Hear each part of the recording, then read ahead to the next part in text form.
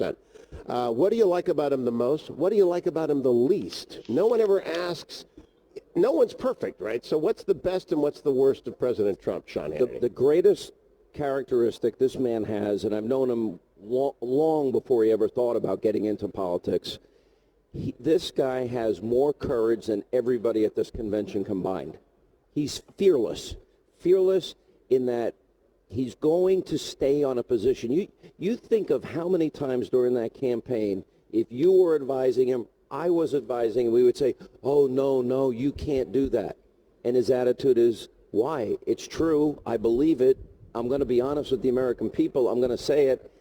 And regardless of the consequences, that fearlessness made him the president of the United States.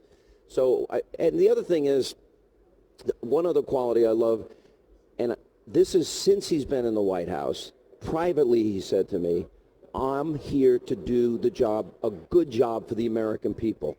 I'm here to keep my promises. That is just such the antithesis of what we get out of a politician. They say one thing during a primary, then they move to the center, and then by the time they get there, any promise that they ever made is dead, gone, and buried. I ghosted a speech in the Washington Post today for him tonight. It's called Call Me President Promise Keeper, because it's a key thing if he's President Promise Keeper. What's the negative? What's the one thing that bothers you about him? You know, he's not a perfect person. And the difference between Trump and, say, other politicians, which is what I was just describing, they'll say anything to get elected. He just stuck to what he believed in. And maybe that's a fault. In other words, maybe he shouldn't tweet out every thought he has. Yeah. Maybe he's a little too sensitive at times. Are you going to get him to go see Let There Be Light?